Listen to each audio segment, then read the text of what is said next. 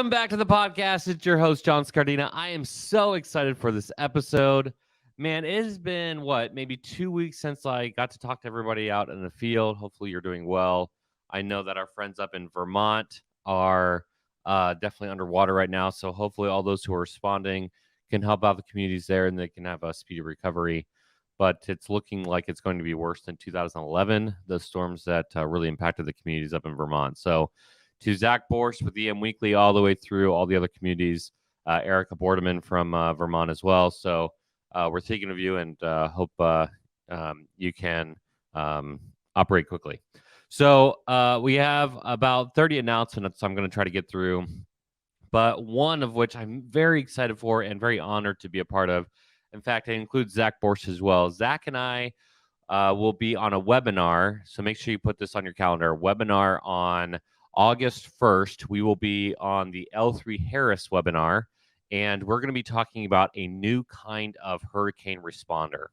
And so really what that conversation is going to be about is emerging technologies and being at the forefront, interoperability, getting out there with integration between emergency management and responders, really the urban search and rescue perspective.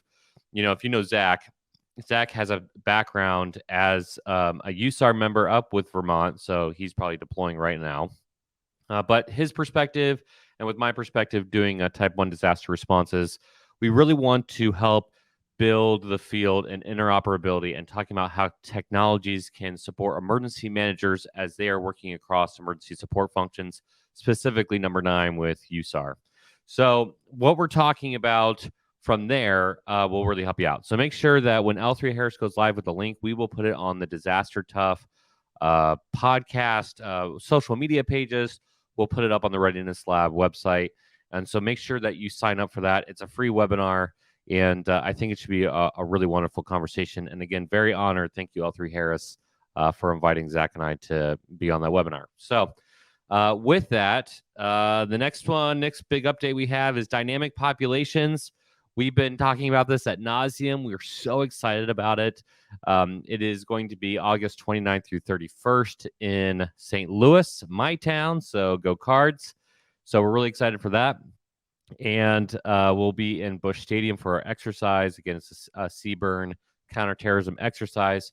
However, we don't want you to overly emphasize the scenario because this is really a crisis leadership, again, interoperability, because we're so passionate about interoperability, training and certification. So first 2 days are going to be at the Embassy Suites with us at the hotel. And then the third day will be at the Cardinal Stadium for the exercise. Our night events are going to include a Cardinals baseball game. So we'll meet with the head of security, Phil. So shout out Phil with Busch Stadium.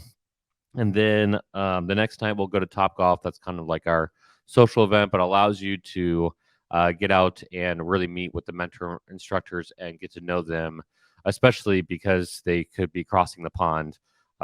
Big shout out to Steve Johnson. He'll be coming over from the UK. So that'll be your opportunity to meet with them.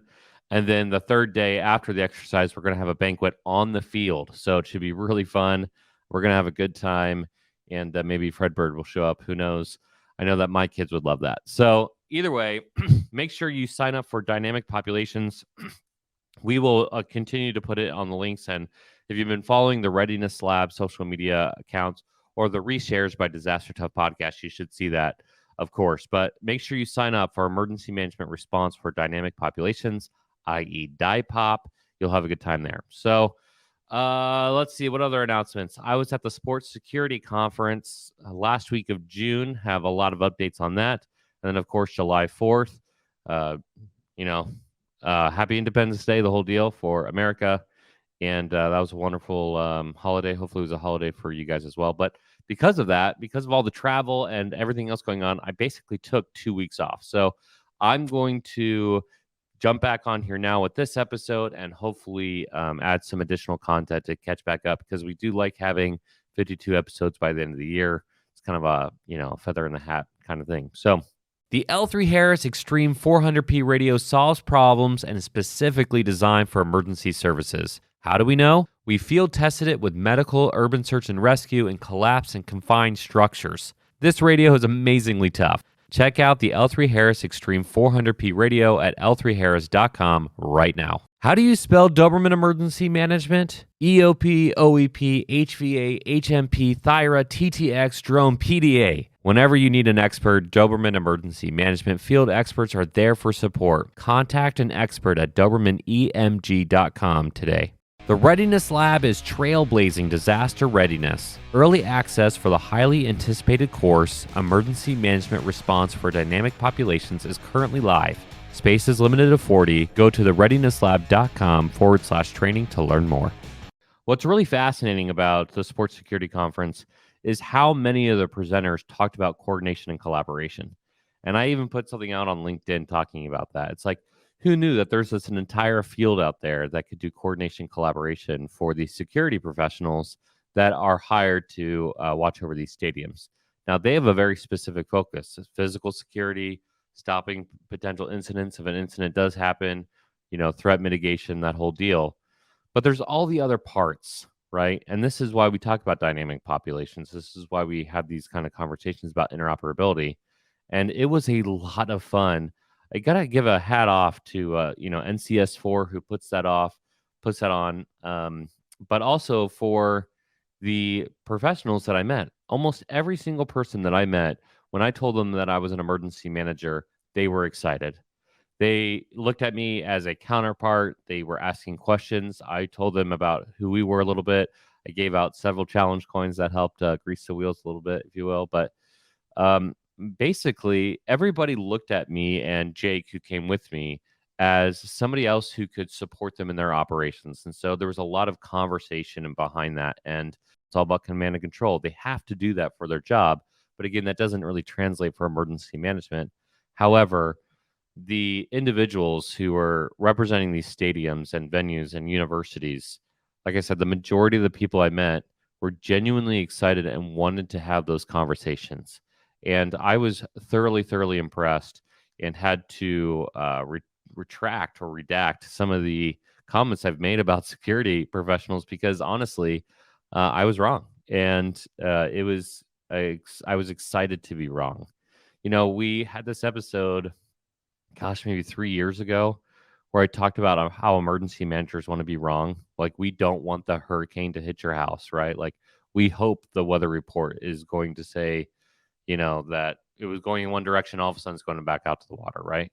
In this case, I was again pleasantly surprised, and I'm so excited to go back to NCS4 next year. So if you're in either security, or you want to learn more about stadiums, or you think you're an emergency manager who could really support out that space, highly, highly suggest that you go to NCS4.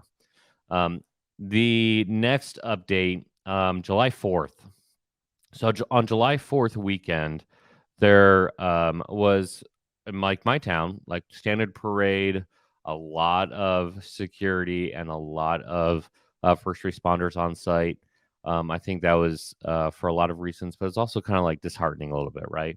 And I saw a post on social media that talked about this person just basically gave the data of like, hey, what do you do with active shooters, or what do you do with these crowds who will react to a potential threat, even if the threat is not real? And I saw comment after comment after comment talking about like, well, I'm just going to live my life and I'm going to be happy. I'm going to live my life. It doesn't matter if the threat's not real and people reacting to it, they're dumb, right? Like, that's basically like the sentiment of a lot of the comments. And I would politely disagree. If we are living in an environment where a crowd could easily spark into a stampede, or if people are afraid, then we have this issue. We have this issue that even if it's not real, if it's a firework or something else, or just somebody playing a prank, unfortunately, and an entire crowd reacting to that immediately, we are living in a dangerous, dangerous precedent where there is too much situational awareness. We call that like overstimulated situational awareness or hyper situational awareness. And that's ironically not being very situationally aware. And the reality is that we need to get everybody to cool down a little bit and be able to have a positive experience and not be so afraid. And so if something does go boom, they not not react out of fear or not react out of assuming something bad's going to happen. But we also don't want them to hesitate either. We want them just to be cognitive of what's going on and just be like, oh, that was a firework or that was a car backfiring. Versus if something does happen, then they can take action and go. And so, in reviewing like that, unfortunately, Baltimore and Philadelphia both experienced mass shootings during the July 4th weekend. And there have been incidents where crowds just take off at the slightest incident, and people have gotten hurt by that. I talked about Penn State one time with that happening at a stadium where nothing really bad happened, and then there was a stampede because of miscommunication. When reviewing that, the conclusion I came to, and I don't really want to make this about me too much, is we have an issue with hope. A lack of hope being the root cause. We have to show exponential amount of law enforcement on scene and ambulances and firefighters on standby for people to start feeling safe. We think it's really cool in emergency management, and even me, when we go to a baseball game and we see, hey, there's a video about evacuations. I actually am really impressed by that. And so there's lots of things that we're doing to help people artificially create hope. Also, there's like the logistics of evacuation, and we do want to promote that, obviously. But there is a reality that we are trying to calm people down before there's even an incident. And I don't really have an answer for that, at least not on this podcast. But I would consider thinking about your traditional forms of communication and really reviewing if they're actually effective. When we put out the posters and we put out all that communication, is it really getting to the crowd? Is it getting to the individual, that family, to change a cultural mindset that everything is okay? And right now, I don't think there's a lot of people who will think everything is okay. Now, you don't want to be naive. Like, things always happen, sure. But either way, like, we need to think about root causes and not just symptoms. And so that's what I would think about when I think about crowd management and what's going on. That's what my thoughts were on July 4th. Funny enough, July 4th is also a phenomenal time to think about the word, and it's going to be kind of funny to maybe to some people. And the title of this podcast probably is compromise. Compromise is a funny word because compromise in the right setting can be fantastic. There probably should be a lot more compromise in political arguments. There should be a lot more compromise when looking at things that, when you're talking about two opinions on maybe food or whatever. But there are certain things that you should never compromise. And that is what I think about when I think about July 4th is what are the things that you should compromise and what are the things that you should never compromise. And I've been having a hard knocks version of what that means in the private sector. I have been naive in assuming that everybody has good intentions. And quite frankly, I'm going to choose to continue to enforce that mentality because I want the best from people. And I hope that if I treat people with respect, they'll treat me with respect. And I got to take each person at face value. However, what has been surprising to me is not the fact that people do compromise their values. It's how easily they compromise their values. I have seen people that I just thought were, the best, and they're sellouts, like, so fast too. Like, I think they were pretty good people, and I think there's still elements of that, sure, but for this little thing or for a little of that thing, they'll compromise all their integrity and all their values.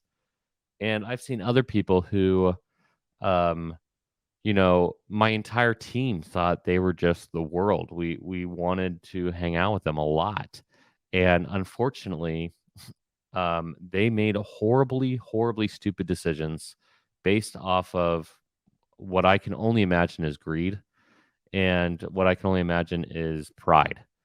And it's turning into like you see people just make it's like the analogy at Best Buy. Best Buy does this great hiring practice where they will ask new hires or before they get hired, if you see somebody stealing a candy bar, let's somebody who works at Best Buy. If you see somebody at Best Buy who works at Best Buy stealing a candy bar, what do you think the punishment should be? And there's a right answer, and then there's a lot of really nice but wrong answers. And when I first heard the answer, I was honestly like a little disappointed because I'm a person who believes in forgiveness. But the reality is, you don't know how many times they did that before. At the same time, the the problem set remains that like why would you throw away your integrity for a candy bar, right? Now there might be root causes way back there. There might be a string of events, sure. And that's the problem with the candy bar analogy because you don't know if they've done something in the past or not. But even if it's their first time, why would you compromise your integrity? And so when I think about compromise in emergency management, and you're dealing with well, like me, you're dealing with the private sector or people who want to get in the private sector. And even if they have the best intentions, I feel like sometimes they compromise on really stupid things. If you do make a mistake and you've had make those mistakes in the past, we all are full of mistakes. The easiest and fastest thing to do, it might feel most difficult, but it's actually the easiest, is to apologize and to set things right. And I think you'd be shocked of how fast people are willing to um, begin to trust you again. And that's kind of the message there. But when it comes to emergency management, sometimes on the flip side, let's like avoiding the integrity part of that. The the compromises that we make in emergency management in order to get a seat at the table sometimes likewise are ridiculous. Like how many times have we said, "Oh, that's really not a great idea," or that's kind of dangerous, or I don't really don't think that matches what we should do from an emergency management perspective. And we compromise in order to appease our stakeholders, and we compromise in order to stay in the conversation, or let's be real, like be popular within that group, that cohort. And I think when it comes down to it, we need to take a really hard look as emergency managers of has that hurt our field? Has compromises downgraded us when if we had taken a stance in a positive and polite way, of course, but if we'd taken a stance on the principles that we know that are true to our field that will protect life, property, and continuity of operations through strategic coordination, will that long game have played out better for us in the field? There are so many emergency managers who reach out to me who are dismissed. And I hear you. I feel that. I've dealt with that myself. And I've talked about coming up with creative ways to overcome being dismissed. However, at the same time, um, when we focus so much on communication, almost like that hyper situational awareness, the hyper communication aspect is has actually hurt us because we've compromised on too many things. And so my message here is don't compromise on your integrity. Don't compromise when it comes to protecting life, property, and continuity of operations. The things that you can compromise on are like, should you listen to Disaster Tough this week or EM Weekly? Either one's probably pretty great. Um, but you can make those kind of choices. What music do you listen to when you're riding in a car? Cool. But when it comes to life-saving, life-sustaining work, absolutely never compromise and start taking a stand. And I bet you, based off of my personal experience, and now this is a data size of one, so I get that. Um, if the more that you refuse to compromise on things that are right and are able to learn how to present that in a positive and polite way, you'll actually gain more respect from your peers, and they will see you as a leader. An emergency manager should be a leader in the room. I believe that emergency managers are and should be the most intelligent, the most influential, the head of the table, strategic coordination, be able to see all the puzzle pieces. Now, we don't have to be a jerk about it again, right? I can't say that enough. Like, you got to be nice and be cool, but at the same time, um, you can just politely say, "Hey, no, this is right. Like, we got to follow what's right here, and they'll start respecting you for that. And if they don't, come work for us. Maybe, I don't know. But in any case, thinking about compromise and thinking about all these different things that we're putting together. Never compromise your integrity. Uh, don't hyper communicate, therefore actually ruining communication. Don't compromise on emergency management best practice. Now, the last part I want to leave with you here today, as we're trying to wrap up this kind of all over the place, to be honest, thought process that I'm going through, is I want to hear a lot more from the field, i.e., the Disaster Tough podcast crowd.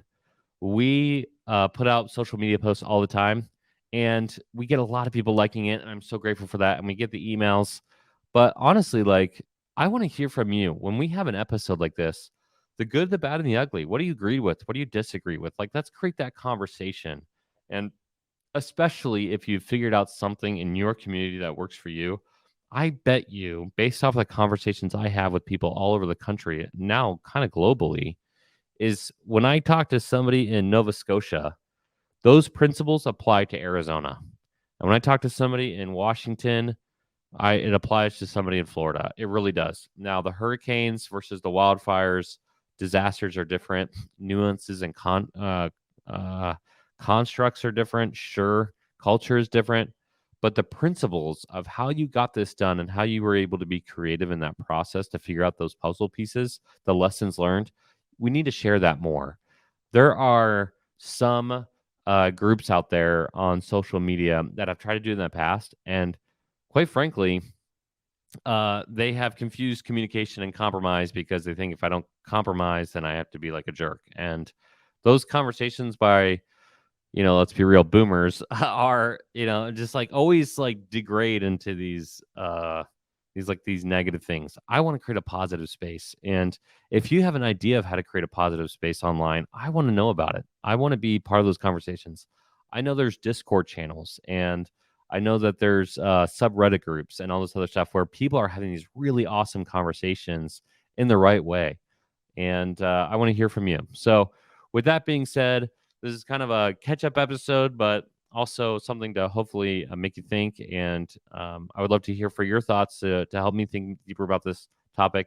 If you have experiences where your lack of compromise for best practice has helped you and how you presented that in a positive way, I want to hear about it. If you got something out of this episode, which I hope you did, please like and subscribe, the whole deal. Go onto our social media and comment. Love to see those comments. And quite frankly, if I see you at a conference coming up or Die Pop, look for me. I'll give you a challenge coin, and we'll take it from there. Peace.